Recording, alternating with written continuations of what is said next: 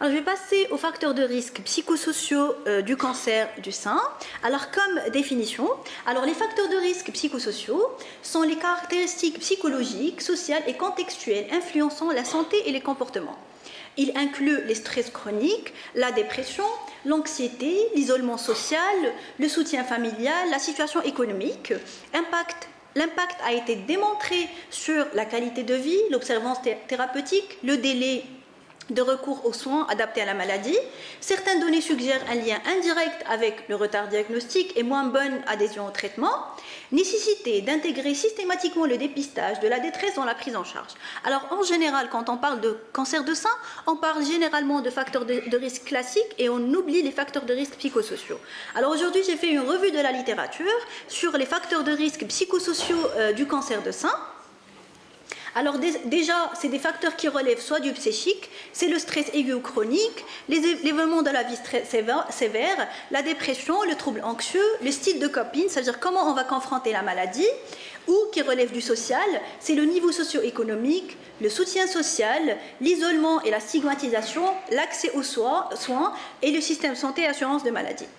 Alors, ces facteurs sont des facteurs de risque établis dans la littérature de diagnostic tardif, de mauvais pronostics, de détresse psychologique et la mauvaise qualité de vie.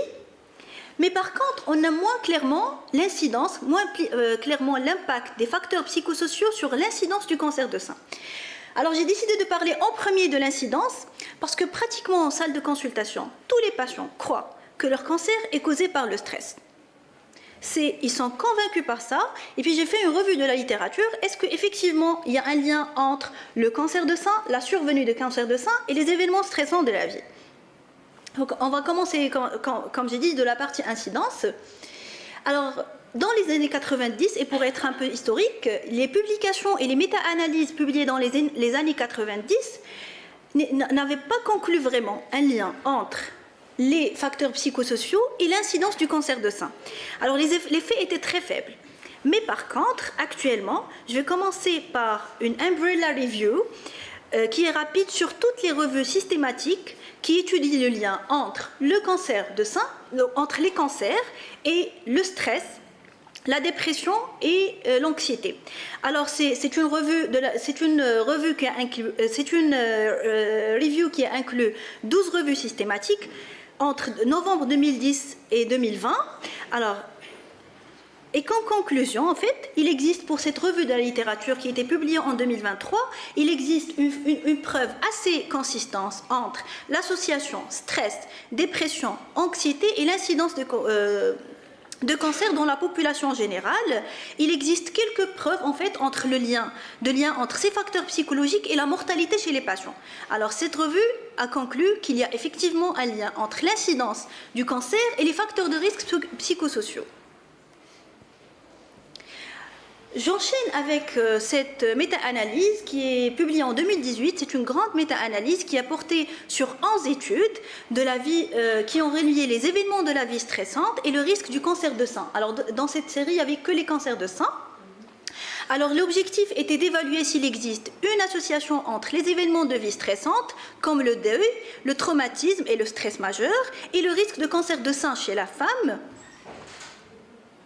Alors effectivement, dans cette étude, il y avait une relation établie entre l'incidence du cancer du sein et la survie, et la survenue de cancer de sein et les facteurs psychosociaux, avec, comme vous voyez sur le forest plot du cancer de sein, un P de 0,018 qui est significatif et un risque relatif de 1,1%.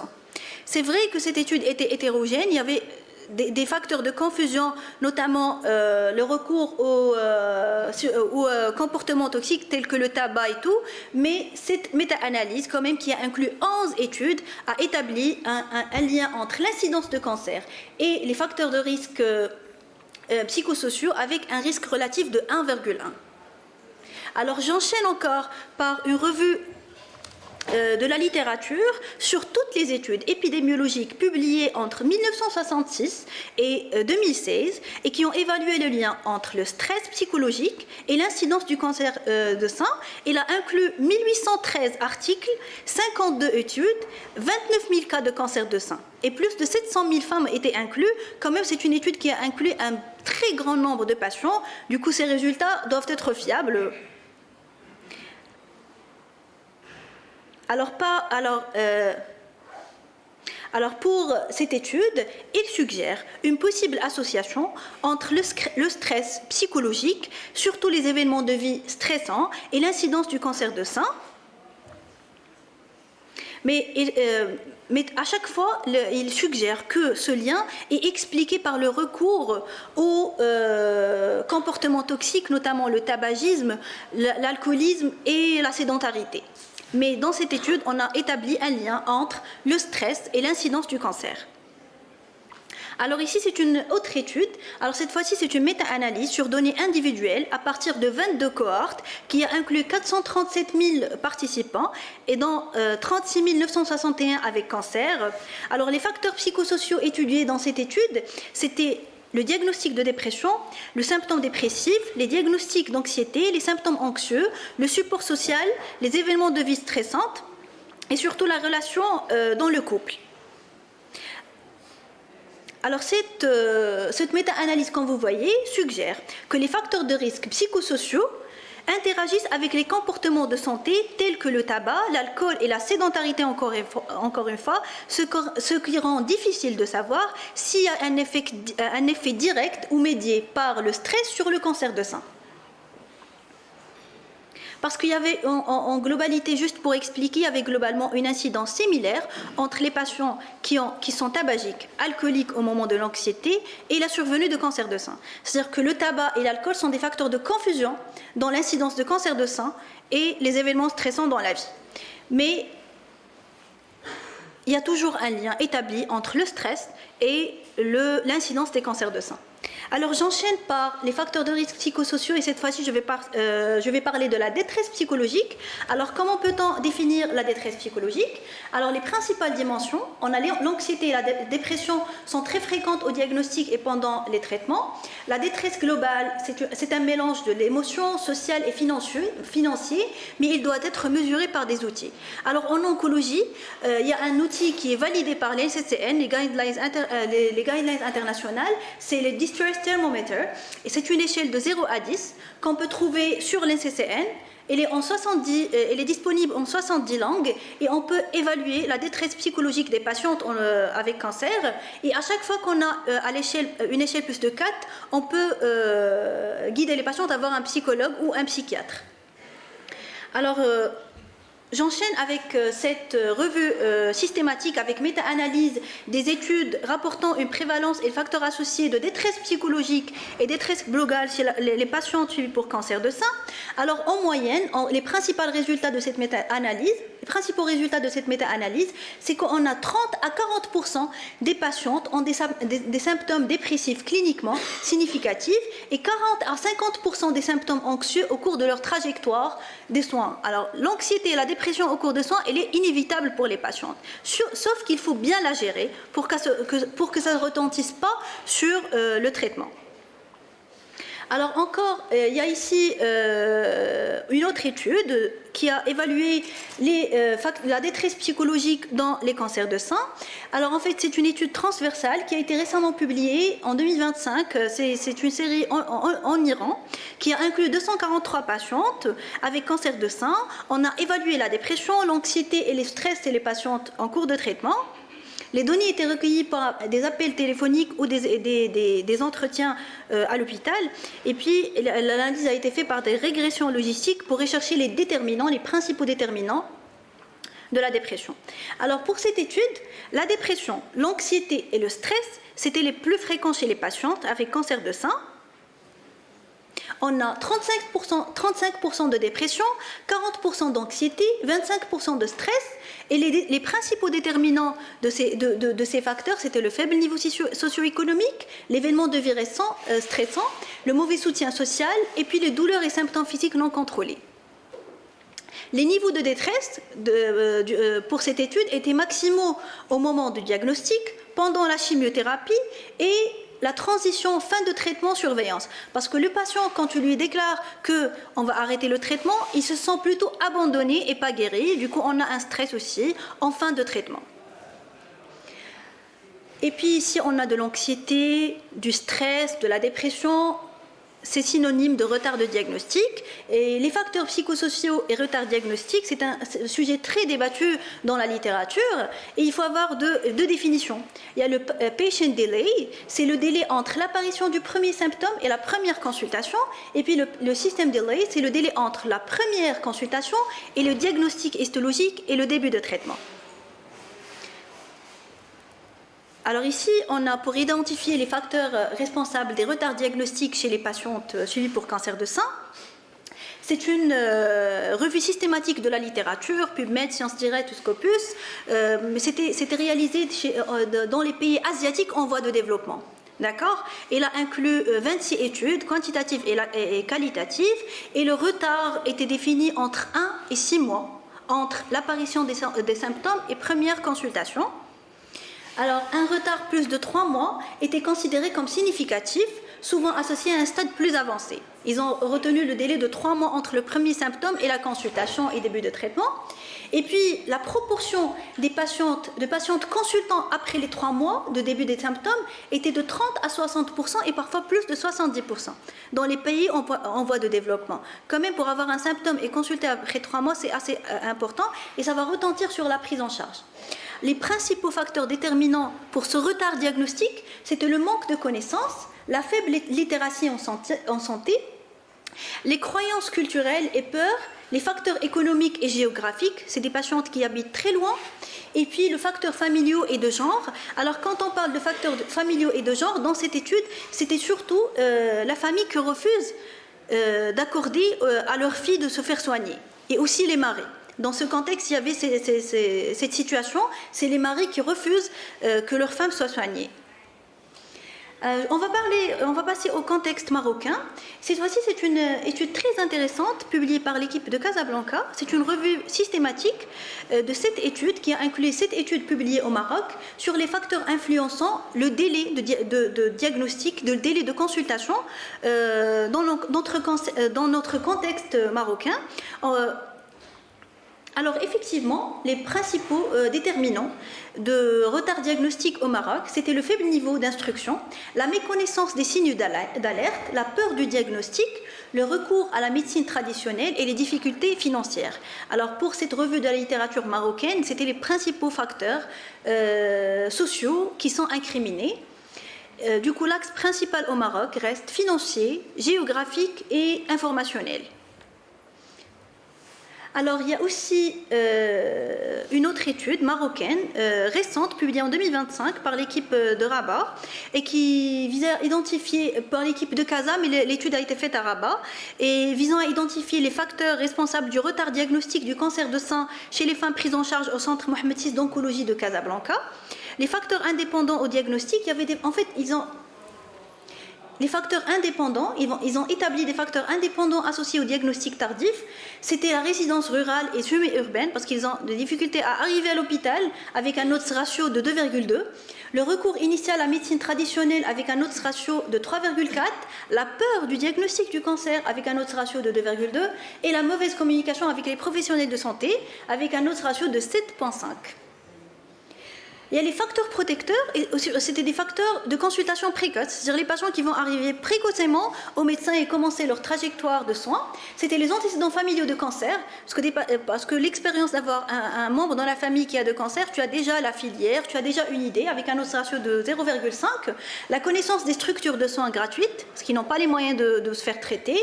Et puis l'attitude positive et rassurante du médecin. Alors tous les patients dans cette étude rapportent que le fait d'être rassurés pendant la première consultation les a amenés à continuer leurs soins. Et si on parle de retard diagnostique, on sera toujours amené à parler directement de la mortalité par cancer. Alors, est-ce que effectivement les facteurs de risque psychosociaux ont un impact sur la mortalité ? Alors je vais enchaîner par cette méta-analyse de Wang, publiée en 2020, sur la dépression, l'anxiété et la mortalité par cancer. Alors les principaux résultats de l'étude, l'anxiété est associée à une augmentation de récidive, avec un hazard ratio de 1,17, une augmentation de la mortalité de toute cause, avec un hazard ratio de 1,13, et il n'y avait pas d'association claire avec la mortalité spécifique par cancer. Par contre, pour la dépression après le diagnostic, il est associé à une augmentation de risque de récidive, à une augmentation de mortalité de toute cause et une mortalité spécifique au cancer de sein avec un hazard ratio de 1,9. Alors la dépression, elle est liée à une augmentation de la mortalité par cancer de sein. Et puis encore, lorsque la dépression et l'anxiété sont associées et coexistent, le risque de décès de toute cause augmente de façon plus marquée avec un hazard ratio de 1,34. Alors ici, c'est une publication très récente en 2025. C'est une méta-analyse de 56 études, plusieurs centaines de milliers de patientes. Les cancers inclus dans cette étude, c'était le cancer de sein, colorectal, poumon, prostate et d'autres cancers mixtes. Alors on a évalué dans quelle mesure la dépression après le diagnostic de cancer est associée à la mortalité spécifique par cancer et à la mortalité de toute cause confondue. Et déjà pour voir le titre 23 à 83%, c'est un titre qui est très frappant et alarmant. Alors, et effectivement, pour cette étude, quand vous voyez sur le Forest Plot, la dépression a majoré le taux de mortalité chez les patients par cancer, et pour la série de cancers de sein, ça a atteint 23%. La mortalité est majorée de 23% chez les patientes avec dépression au cours de leur traitement. Alors si on peut un peu expliquer comment ce stress, cette anxiété et cette dépression peut causer un cancer de sein, il faut être un peu scientifique et parler un peu de biologie. Plusieurs publications ont été faites dans ce sens. Alors le stress ne crée pas en lui-même un cancer, mais en situation chronique, il peut favoriser l'initiation et surtout la progression tumorale via des mécanismes biologiques. Les mécanismes les plus connus, le stress chronique va faire une activation prolongée de l'axe hypothalamo-hypophysaire, le cortisol et du système sympathique. Il va diminuer l'activité des cellules NK et des lymphocytes T cytotoxiques, il va basculer le corps vers un profil plutôt immunosuppresseur. Du coup, le corps ne va pas se défendre contre les cellules tumorales. L'inflammation chronique et le stress oxydatif va augmenter les cytokines pro-inflammatoires, et puis les radicaux libres vont induire des dommages d'ADN, mutation de micro-environnement, et il y aurait un micro-environnement qui va favoriser la carcinogénèse. Et puis, il y a des effets indirects des catécholamines sur la tumeur. Ils activent les récepteurs bêta-adrénergiques tumoraux et puis ils vont favoriser l'angiogénèse, l'invasion, les métastases. Ils vont diminuer l'apoptose. Alors, c'est les principaux mécanismes biologiques qui expliquent comment le stress peut favoriser la carcinogénèse. Alors, une autre étude assez intéressante, publiée en 2023, elle a fait le lien entre le faible niveau socio-économique et la mortalité par cancer de sein. Alors, cette fois-ci, c'est une étude qui a séparé les patientes avec cancer de sein en 5 niveaux, les Q1, les Q2, les Q3, les Q4 et les Q5. Alors, les Q1, Q2, c'était les patientes qui vivaient dans les quartiers les plus défavorisés, c'est-à-dire qui ont un très bas niveau socio-économique. Alors pour les résultats, quand vous voyez la survie vraiment du Q1 et Q5, elle change, et de façon significative, un P1 inférieur à 0,01, c'est-à-dire que le niveau socio-économique est directement lié à une mortalité qui est élevée par cancer.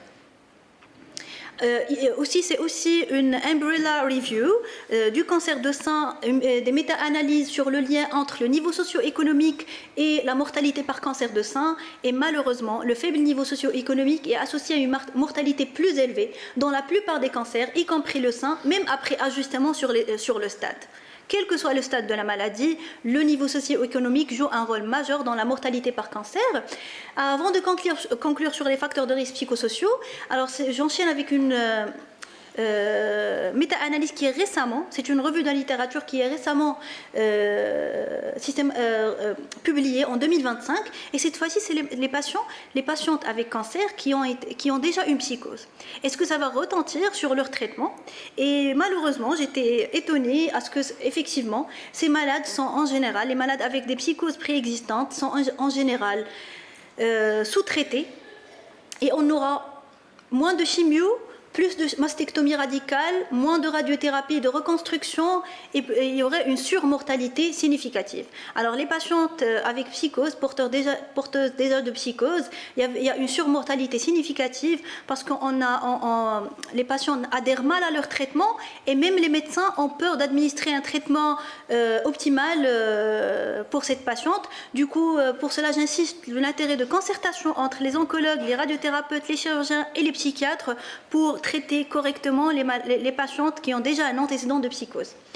Alors, comme implication pratique, le dépistage, il faut un dépistage ciblé et éducation des patientes. Il faut cibler les femmes à faible niveau socio-économique et faible niveau d'éducation en zone rurale avec des campagnes d'information. Il faut travailler avec des leaders communautaires pour lutter contre le fatalisme et les croyances erronées. Il faut un repérage systématique de détresse. Alors normalement, il faut intégrer comme le distress thermometer, il faut l'intégrer dans nos consultations. Il y a même dans les guidelines de l'NCCN.